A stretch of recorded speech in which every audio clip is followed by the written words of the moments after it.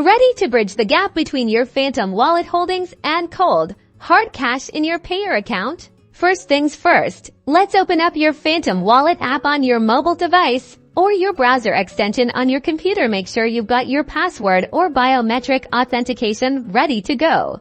Next, pinpoint the specific cryptocurrency you're aiming to withdraw. Phantom wallet is versatile, so whether it's Solana or another supported token, tap on the one you want to move over to Payeer. Now, since Payeer primarily deals in currencies like USD, EUR, or RUB, you'll likely need to convert your crypto. Look for a swap or trade function within Phantom wallet. It usually looks like a pair of arrows. Use the swap feature to convert your crypto into a widely accepted currency, ideally USD. To streamline the transfer to Payeer, later be sure to double-check the exchange rate before confirming.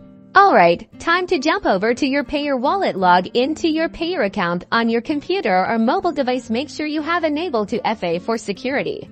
Navigate to the deposit section within Payeer and choose the currency you converted to in your Phantom wallet, hopefully USD. Pay attention.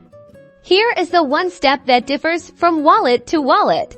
Payeer will generate a deposit address, your personal ID associated with that specific currency. This is where you'll send the funds. Copy this address very carefully. Back in Phantom wallet, find the send option. Paste the Payeer deposit address you just copied into the recipient field. Triple check it for any typos or missed characters. This is super important. Enter the amount you want to withdraw, keeping in mind any potential transaction fees Phantom might charge. Confirm all the details one last time.